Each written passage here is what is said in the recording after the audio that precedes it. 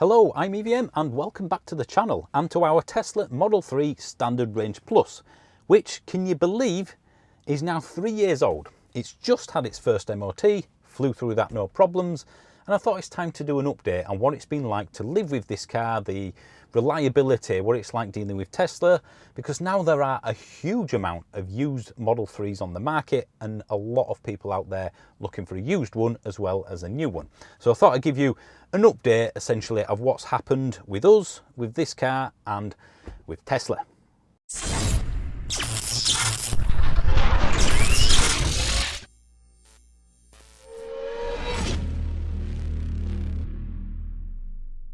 Now first, when we're talking about something that is ultra reliable, what about SmartHomeCharge.co.uk?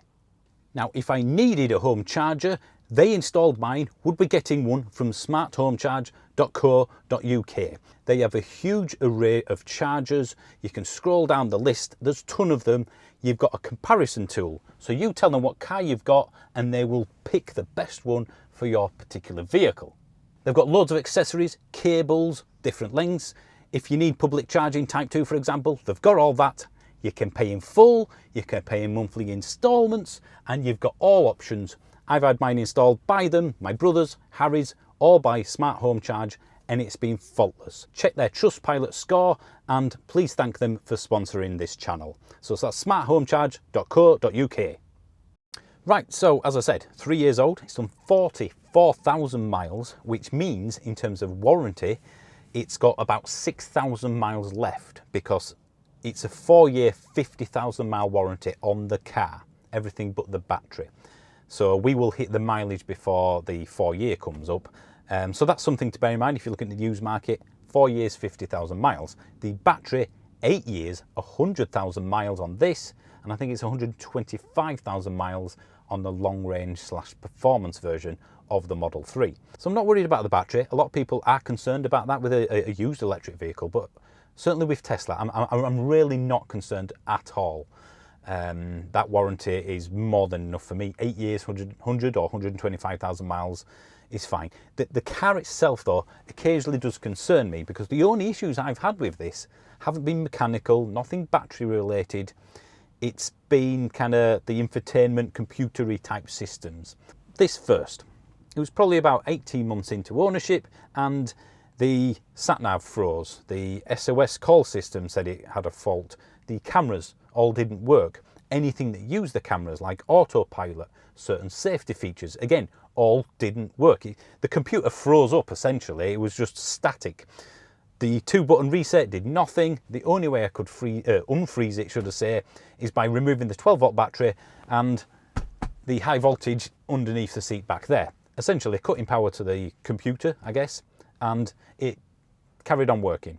At least for a few days or a couple of weeks, it varied, it was intermittent. And it got to the point where it happened enough. So I contacted Tesla. You have to use the app, which is fine. I don't mind that. It's quite efficient. It tells you what slots are available. So some may like that, some may not. But that will put a few people off, that kind of disconnect from a person.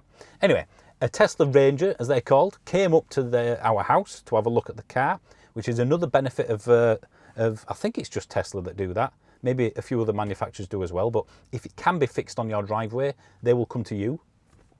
He came up, basically did what I did, and checked a few other things that they have access to, and, well, let's see how it goes. Sure enough, a couple of weeks later, it happened again, and then a few days, it just kept on happening in the same way. So I thought, well, let's get it into a Tesla center for us to look at it. It might be the central unit. I can't remember what phrase they used. Basically, I might need a new computer. When I asked for a courtesy car, they said, yeah, sure, we can do that. £3,500 excess. But your personal car insurance should cover that. I'm like, whoa, hang on a minute. Why don't you just do what every other manufacturer does?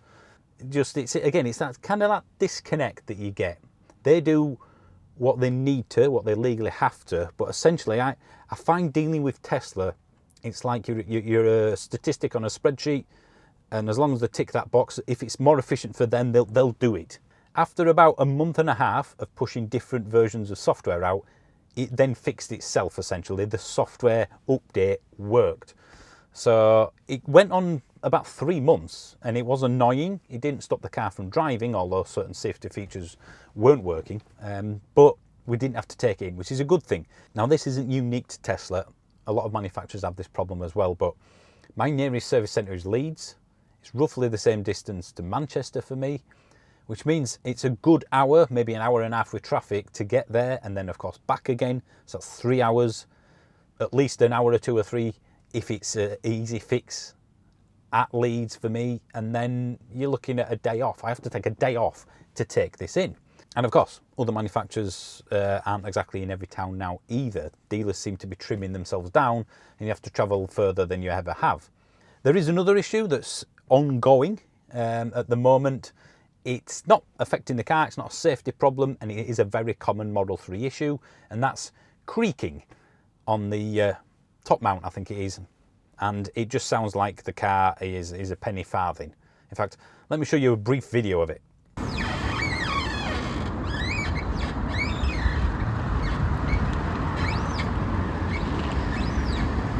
It really is very loud outside, and it's only at slower speed, but when you park it's like they are fixing it. It does have to go to the service centre. They said they couldn't do it on my driveway because they'll do them both, I believe. Again, it's a common problem, enough for them to be changing the parts on the car, which means their next available date or slot is in 2 weeks. When I think about it, in 3 years and 44,000 miles, mechanically, that's the only thing to go wrong. The infotainment system freezing was fixed remotely. And again, for any car to go nearly 50,000 miles with no issues, I don't think that's bad at all. In fact, it's quite impressive. And when it comes to the interior, the build quality of everything, it's solid. Not a single rattle. The seats are the same now as they were then. Everything just seems to be, well put together. The problems I've found in terms of build quality, which Tesla aren't exactly known for at the moment, are external. Now for that I need to go back to delivery day. We picked this up pretty much as lockdown started 3 years ago, and it meant we couldn't drive the car very much, and it did affect deliveries a little bit. The first thing we noticed though, just walking up to the car, was the panel gap on the rear bumper. You'll probably hear the word panel gap and Tesla mentioned a lot. Now, I don't mind a panel gap that's like that or like that. What I don't want, and what we spotted, was that. It was inconsistent. It was wide at the top and practically touching at the bottom. Your eye was instantly drawn to it because it was uneven. They also said, on delivery day, we will sort that out. We'll look at it and we'll come to you. But because of lockdown and various other stuff, it's going to take a little while. And that I have no problem with. However, when they came to do it about 2 months later, they got a measuring tool out. He did the measuring and then went, I'm afraid we can't touch that, because even though it's right on the line, it was within Tesla's tolerances. I'm not sure which manufacturer has tolerances for uneven panel gaps, but it appears Tesla do. So I had to sort that out myself, which is thoroughly annoying because they said they would fix it. I did consider the option of, I'm not picking this car up, I'm not taking delivery of my new car until that's sorted, to which they said, if you essentially reject the car, I said, I'm not rejecting it, I just want that fixing first, we give that car to someone else, and then you have to wait for another one to arrive in 3, 4, 5 months' time. So that was my option. But because they said, even though they didn't word it properly, I should have got this in writing, that they would sort it, and then didn't, that for me is worse. But again, not giving me the option to get it fixed and then pick it up, say, well, no, you're just going to have to wait another few months for the next car, and that might have the same problem. We'll give this to some other chump who doesn't spot it. And this is where the problem that I've mentioned before is, it's not the car, it's the company. They just wanted to get as many of these cars out. They had loads lined up. We need people to pick them up, and then they can tell the shareholders that they've sold or delivered X millions this year. I just asked myself, who at the factory looked at that quality control and went, yes, that's fine. I've done a good job today, when it had its pre-delivery inspection before I picked it up, which took them 5 days. Who looked at that and thought, yeah, it's fine. They didn't go, oh, we'll sort that out before the customer sees it, so it's perfect. It should be. Datchas are fine. MGs, no problems at all. So why not Tesla? It's like it's a numbers game for them, for me. If it works for Tesla, if it's more efficient, they will do it. The car is brilliant. I really do like it. I would definitely recommend anybody, if you're looking into one, that it's a very good car to own. As I said before, the supercharger network is the main reason we are keeping this. Another point which I think very much needs hammering home is the service costs for this car. Now, I've recently watched a video and he had a Porsche Taycan and he got charged £750. It's an expensive car, don't get me wrong, and a performance car. £750 for a service on an electric vehicle. This cost over 3 years, excluding tyres, zero. Nothing. When the Tesla Ranger came up to look at the bumper anyway, I talked to him about it and we said, we just don't do servicing anymore. We were doing servicing and replacing things that didn't need doing. I mean, obviously you've got to keep an eye on brakes and discs and pads and things like that, and of course tyres. But my brake pads and discs have barely worn in because of regenerative braking. 44,000 miles. I reckon I'll get 100,000 miles out of these brakes and discs, assuming they don't, have any issues through lack of use. That's why at least once a week I slam the brakes on at the end of a bypass, just to give them a bit of a clean. It's been the cheapest car in terms of running costs I have ever owned. I will be doing a range test in this car because we're going to Scotland, as I said, in a few weeks, and let's just see if it does the range that it had 3 years ago. Now, efficiency. No doubt people will ask about that. Let me check the system. Almost 44,000 miles, and I've not reset trip B since we got the car. So over the entire lifespan of this vehicle, we have averaged 251 watt hours per mile, which essentially translates into 4 miles per kilowatt hour.